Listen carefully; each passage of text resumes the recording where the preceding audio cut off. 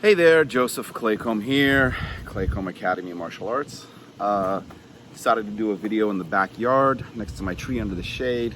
Nice breeze going on. Felt it was better than inside. Nothing better than sitting outside in fresh air with butterflies and some breeze.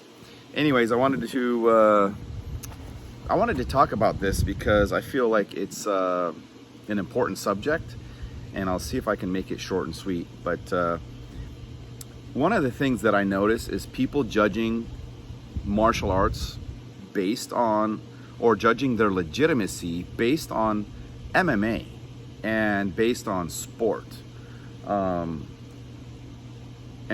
you know, I've thought about this for a little while, and one of the things I don't like is people judging how credible a martial art is based on how effective it is in the rule-bound, set rules, restrictions, and fixed environment of a sporting event. So for example, mixed martial arts or MMA, what's the most popular martial art that people found, effective?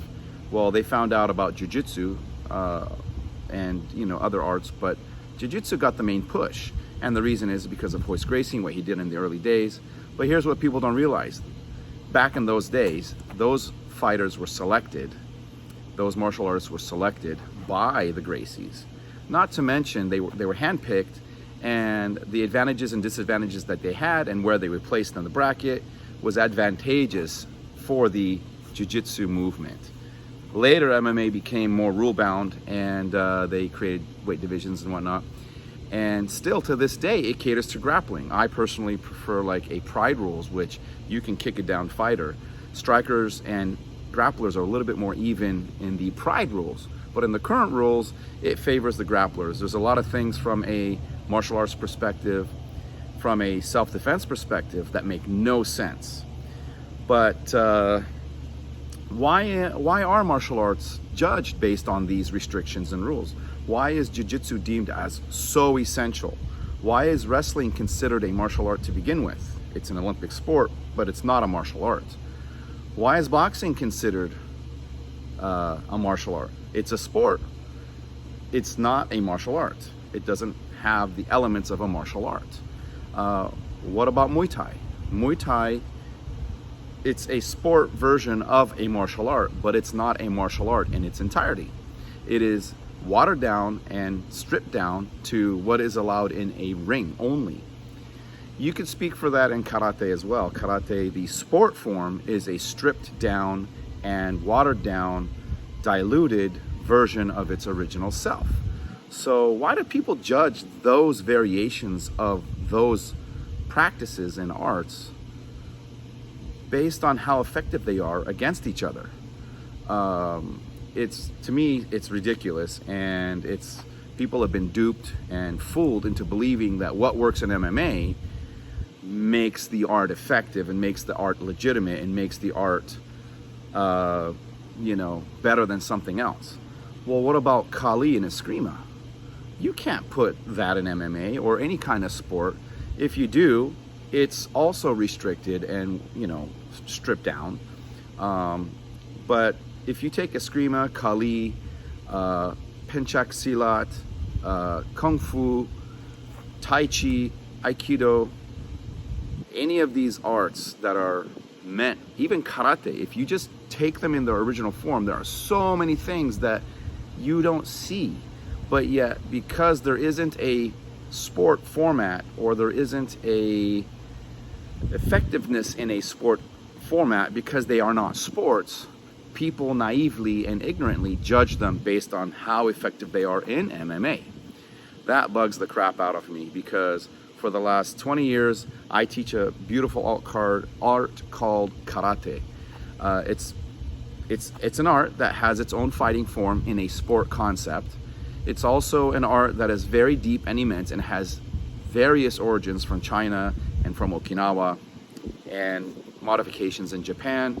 There are styles upon styles, principles upon principles, but at the core, karate is based on civilian self-defense and what works for an old lady and a little child and someone who's maybe not as big and physical or strong.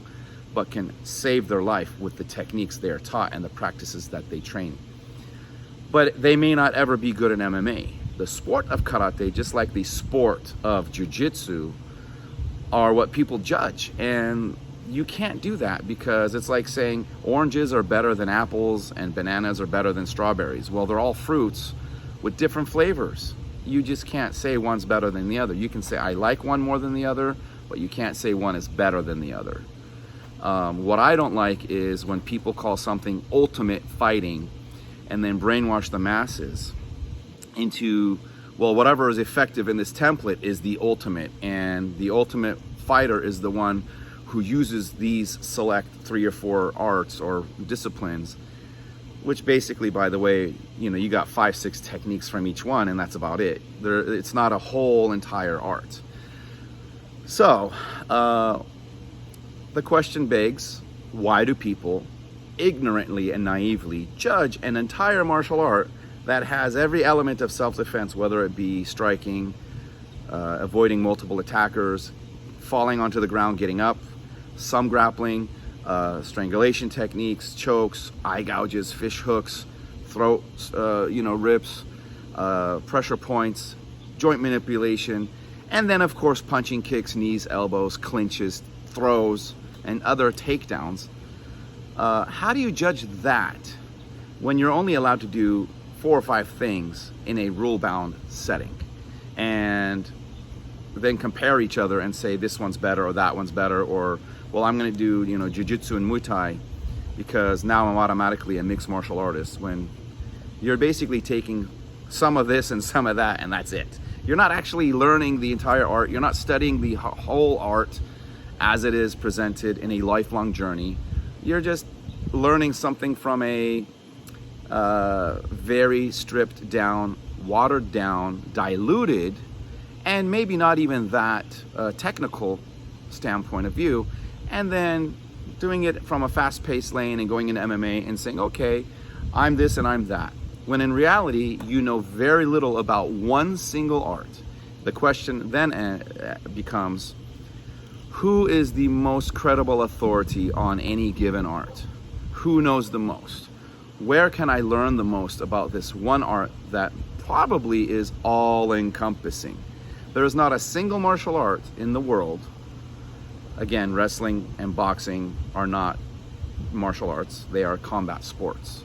Big difference. If you take jiu-jitsu, where's the step punch? Where's the down block? Where's the rising block? Where's the knife hand strike? Where's the finger locks? By the way, those are also illegal in MMA. If you want to see what's effective in real life, add biting, eye pokes, throat rips, fish hooks, oil checks, hair pulling, and any other thing that you won't see in a sport, and see how effective those arts are. So stop judging an art based on what MMA tells you is good, with all of its culture and the garbage that comes along with it, and start judging a martial art based on what it really is. Do you like it? Have you learned something from it?